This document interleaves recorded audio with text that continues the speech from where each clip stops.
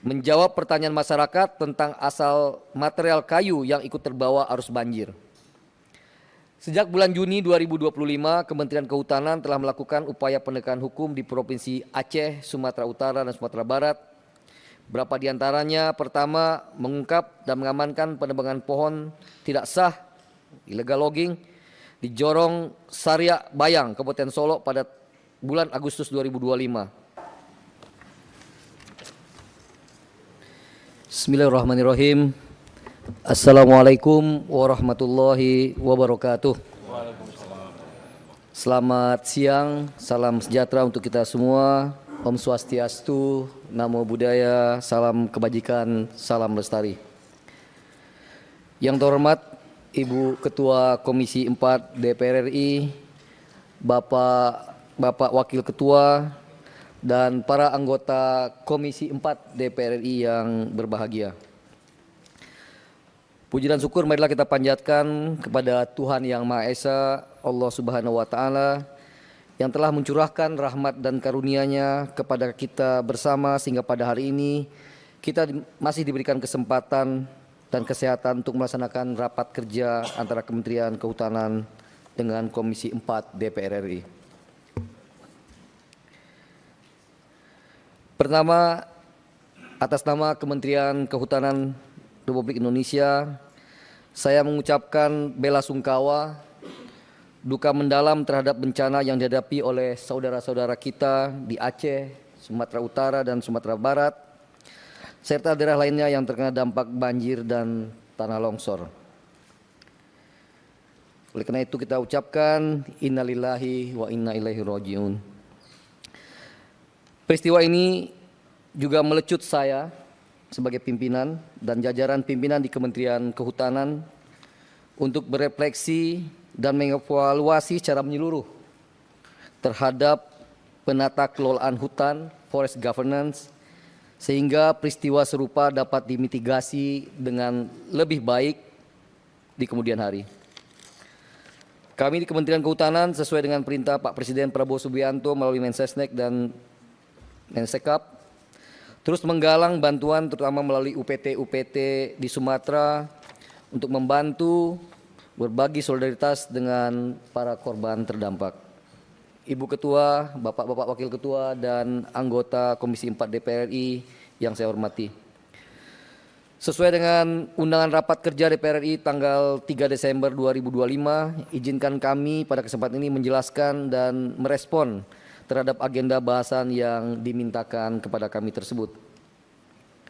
Ibu Ketua, Bapak Wakil Ketua, dan para anggota Komisi 4 DPR RI yang berbahagia, bencana banjir, bandang, dan longsor khususnya di 3 provinsi yaitu Aceh, Sumatera Utara, dan Sumatera Barat terjadi karena kombinasi beberapa faktor yang saling terkait dan mengait. Pertama, tadi sudah disampaikan oleh Ibu Ketua, adanya siklus tropis Senyar yang membuat cuaca ekstrim dan curah hujan tinggi. Namun juga ada karena bentuk geomorfologi das, serta yang ketiga tentu adalah karena kerusakan pada daerah tangkapan air atau DTA. Sebelum menjelaskan lebih detail kondisi das terdampak bencana seperti yang diharapkan kepada kami, saya ingin menyampaikan laporan umum tentang kondisi deforestasi hutan kita. Pada tahun 2025, deforestasi Indonesia hingga bulan September, sekali lagi saya tegaskan sampai bulan September, karena kami akan ukur kembali nanti di akhir Desember. Deforestasi Indonesia hingga bulan September menurun sebesar 49.700 hektar jika dibandingkan tahun 2024 atau menurun 23,01%.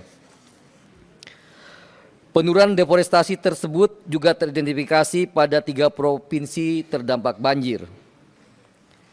Di Aceh menurun sebesar 10,04%, di Sumatera Utara menurun sampai 13,98%,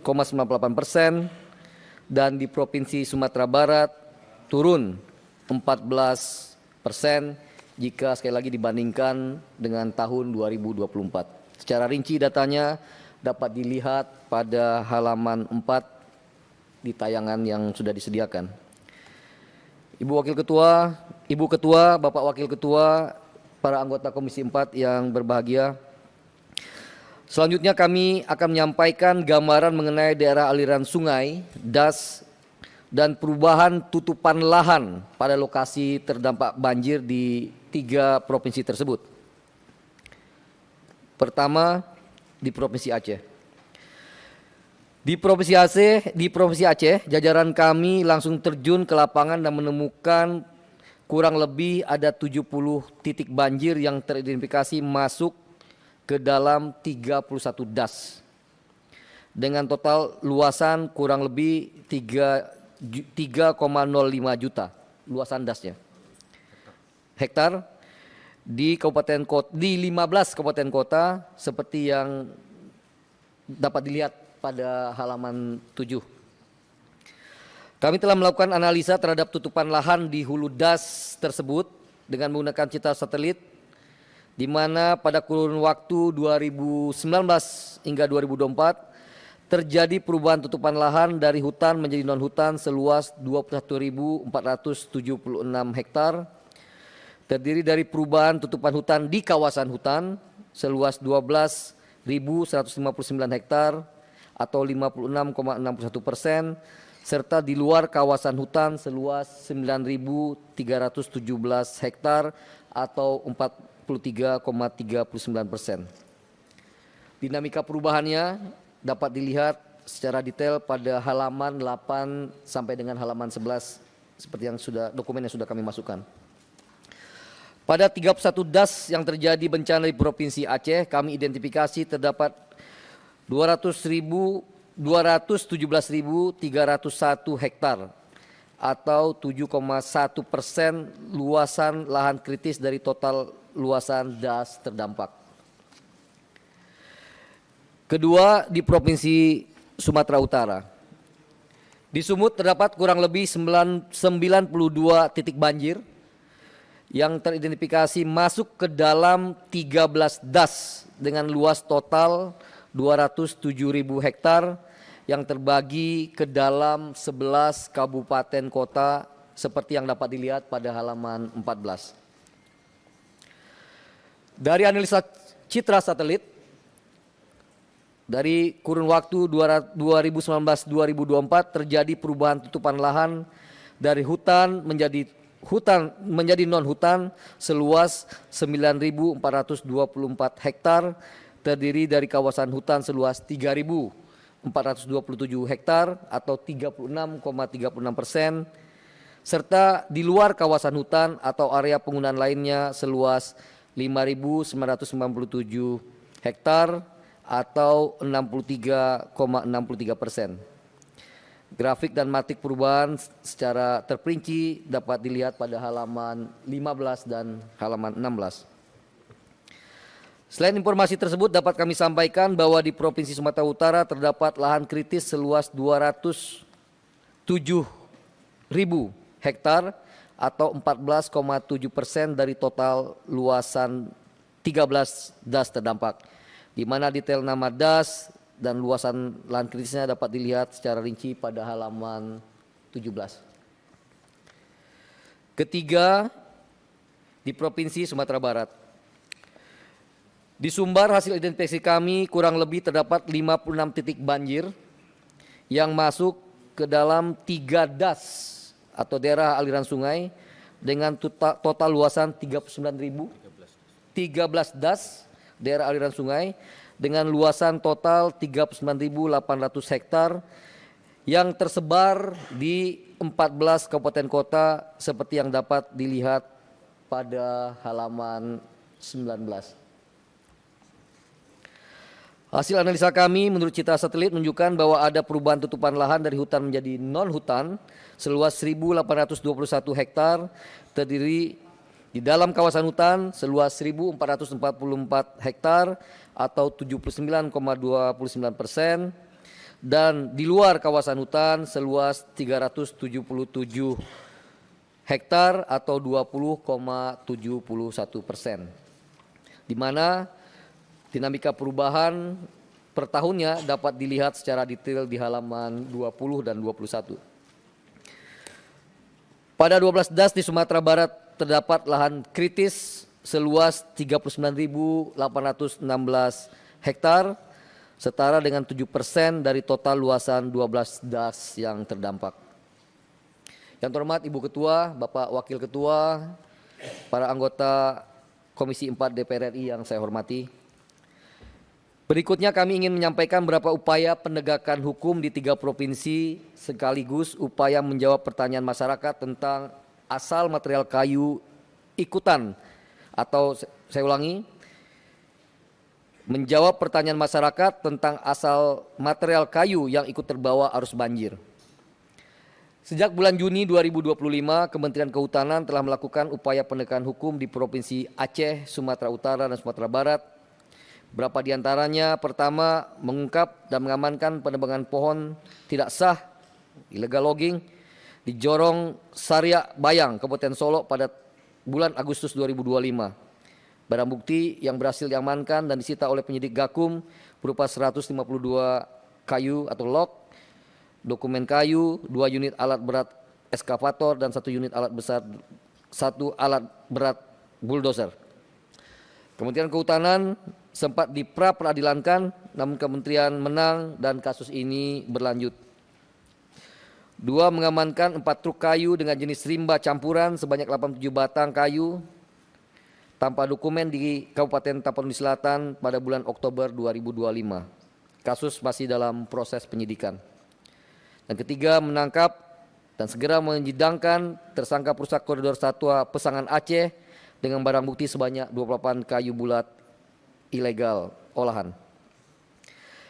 Pada kesempatan ini kami sampaikan terkait dengan PHAT di wilayah Kabupaten Tapanuli Selatan yang sempat menjadi berita beberapa saat yang lalu.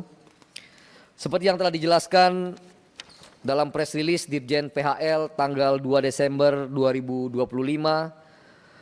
saya tegaskan bahwa belum ada satupun PHAT di wilayah tersebut, di wilayah Tapanuli Selatan, yang diberikan akses sistem informasi penatausahaan hasil usaha SIPUH sejak bulan Juli 2025 karena permintaan Bapak Bupati ketika itu. Selanjutnya, Kementerian Kehutanan berkomitmen untuk melakukan investigasi secara tuntas material kayu yang terbawa arus banjir. Berapa hal yang telah dan akan kami lakukan. Sebenarnya jam 11.30 tadi saya bertemu dengan Bapak Kapolri, namun karena Pak Kapolri ada urusan mendadak dengan tim reformasi Polri, maka pertemuannya akan ditunda pada jam 5 nanti. Menindaklanjuti MOU antara Kementerian Kehutanan dan Polri dalam ruang lingkup sinergisitas tugas dan fungsi di bidang pembangunan kehutanan, maka dibentuk tim kerjasama untuk melakukan investigasi tentang asal usul kayu ilegal tersebut. Dan tentu kemarin Pak Menko Pratikno beserta Pak Mensesnek dan Mensekap juga sudah menginstruksikan agar Satgas PKH bergerak. Jadi nanti MOU kami dengan Kepolisian Republik Indonesia ini akan diintegrasikan dengan PKH sekali lagi untuk segera mungkin membuktikan atau menemukan asal usul kayu tersebut. Kami berharap segera dapat menyelesaikan. Bila ditemukan ada unsur pidana, maka kami tidak lanjuti dengan proses penegakan hukum setegas-tegasnya. 2, saat ini kami telah melakukan susur sungai melalui drone untuk memantau jalur das terdampak yang dilewati material kayu tersebut. Nanti bisa kalau dilihat di gambarnya, kita coba susuri di mana terjadi longsor, di mana kemungkinan kayu itu berasal. Ini juga akan menjadi data pendukung awal untuk kemudian kita mencari di mana sebenarnya asal kayu tersebut. Ketiga, kami juga menggunakan alat identifikasi kayu otomatis atau AICO yang merupakan aplikasi berbasis Android sebagai alat investigasi dan pendekatan mengetahui jenis kayu, penampakan fisik kayu, hingga penampakan tanda-tanda bekas perlakuan manusia terhadap kayu, sehingga ketahuan apakah ini ditebas atau didorong pakai bulldozer dan lain sebagainya. Kemudian data ini menjadi salah satu bagian investigasi yang akan kami tindak lanjuti bersama Polri dan Satgas PKH sekali lagi untuk membuka kepada publik sejujur-jujurnya, seluas-luasnya, setransparansi mungkin dari mana kayu-kayu ini berasal. Selain itu, Kementerian Kehutanan segera melakukan 2 hal penting yang patut digarisbawahi. Pertama, Gakum Kehutanan sedang melakukan inventarisasi subjek hukum yang terindikasi berkontribusi terhadap terjadinya bencana banjir longsor di Aceh, Sumut, dan Sumbar. Gakum Kehutanan sementara telah menemukan indikasi pelanggaran di 12 lokasi subjek hukum, 12 perusahaan di Sumatera Utara, dan penegakan hukum terhadap 12 subjek hukum tersebut akan segera dilakukan. Gakum kami sedang ada di lapangan dan insya Allah nanti akan segera kami laporkan kepada Komisi 4 dan juga kepada publik hasil dari 12, lebih kurang 12 lokasi atau subjek hukum ini. Kedua, sesuai arahan Bapak Presiden Prabowo Subianto, sebelumnya kami sudah melakukan pencabutan 18 PBPH seluas 526.114 hektar pada tanggal 3 Februari 2025. Sebagai tindak lanjut penertiban kawasan hutan yang diperintahkan oleh Pak Presiden, kami Kementerian Kehutanan setelah nanti mendapatkan persetujuan dari Bapak Presiden akan kembali mencabut izin sekitar 20 PBPH yang bekerja buruk lebih kurang seluas 750.000 hektar di seluruh Indonesia termasuk di 3 provinsi terdampak. Nama perusahaannya, luasan persisnya saya tidak bisa laporkan pada saat ini karena saya harus mendapatkan persetujuan dari Bapak Presiden Prabowo Subianto terlebih dahulu. Ketiga, dan ini bagian dari rekomendasi yang saya bacakan di saat sekarang ini, bahwa kami akan melakukan rasionalisasi PBPH dan melakukan moratorium izin baru pemanfaatan hutan tanaman dan hutan alam. Ibu Ketua, Bapak Pimpinan dan anggota Komisi 4 DPR RI yang saya hormati, atas permohonan data dari Komisi 4 DPR RI terkait dana yang tersedia untuk rehabilitasi DAS, izinkan kami menyampaikan bahwa alokasi anggaran APBN tahun 2026 yang tersedia untuk rehabilitasi DAS di 3 provinsi terdampak sebesar 29 miliar rupiah dengan rincian sebagai berikut. Aceh 8,4 miliar rupiah, Sumatera Utara sebesar 11,5 miliar rupiah, Provinsi Sumatera Barat sebesar 9,08 miliar rupiah. Secara detail anggaran dan kegiatan dapat dilihat pada halaman 28. Sesuai dengan data yang tadi kami sampaikan bahwa total lahan kritis pada areal DAS terdampak di 3 provinsi seluas 464.598 hektar yang diselesaikan dengan skema reboisasi di dalam kawasan hutan dan skema kebun bibit rakyat pada area penggunaan lainnya. Detailnya saya kira di rapat berikutnya kami bisa mengajukan berapa anggaran yang memang sangat ideal untuk melakukan rehab di 3 DAS, 3 provinsi yang terdampak. Ibu Ketua dan Bapak Wakil Ketua dan para anggota Komisi 4 DPR RI yang saya hormati, kami laporkan bahwa bercermin dari kejadian banjir dan tanah longsor, kami akan melakukan langkah-langkah korektif kebijakan secara menyeluruh. Di antaranya adalah melakukan evaluasi tata kelola pembangunan kehutanan, di antaranya mewujudkan digitalisasi satu peta, insya Allah Desember atau paling lambat Januari ini akan selesai. Kemudian mempercepat pengakuan hak hutan adat seluas 1,4 juta hektar, karena kita tahu bahwa masyarakat adalah salah satu kelompok yang memiliki kemampuan menjaga hutan. Ketiga, penegakan hukum terhadap pelanggaran kehutanan terutama illegal logging dan penambahan personil polisi kehutanan untuk melakukan penegakan hukum tersebut. Dan terakhir, harmonisasi dan integrasi rencana tata ruang melalui badan antar kementerian dan lembaga. Kedua, mempercepat pematangan konseptualisasi revisi Undang-Undang Nomor 41 Tahun 1999 untuk memperkuat hubungan antara pemerintah pusat dan pemerintah daerah dalam pengelolaan hutan. Ketiga, mendorong penetapan rancangan peraturan pemerintah tentang konservasi tanah dan air untuk mensinergikan pengelolaan lahan oleh para pihak dalam mempertahankan keberlanjutan fungsinya.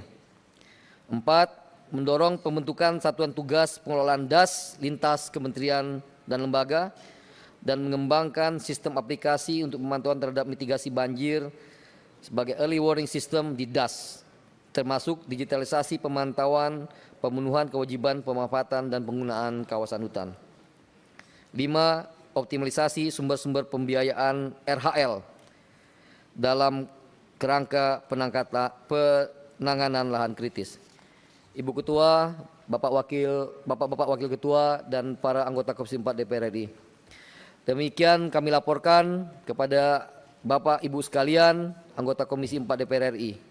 Mohon kiranya saran, masukan, evaluasi dari seluruh anggota Komisi 4 DPR RI pada rapat kerja hari ini untuk pembangunan kehutanan selanjutnya. Kami mengucapkan terima kasih kepada pimpinan, kepada anggota Komisi 4 DPR RI atas kesempatan yang diberikan kepada kami untuk menyampaikan paparan pada hari ini. Dan juga ucapan terima kasih atas segala dukungan dan bimbingan selama ini. Semoga Allah SWT, Tuhan Yang Maha Kuasa, memberikan bantuan, kekuatan, kesehatan kepada kita bersama dalam menjalankan amanah ini. Assalamualaikum warahmatullahi wabarakatuh. Salam sejahtera bagi kita semua. Om Santi Santi Om. Namo Buddhaya. Salam, salam lestari. Terima kasih Bu Ketua.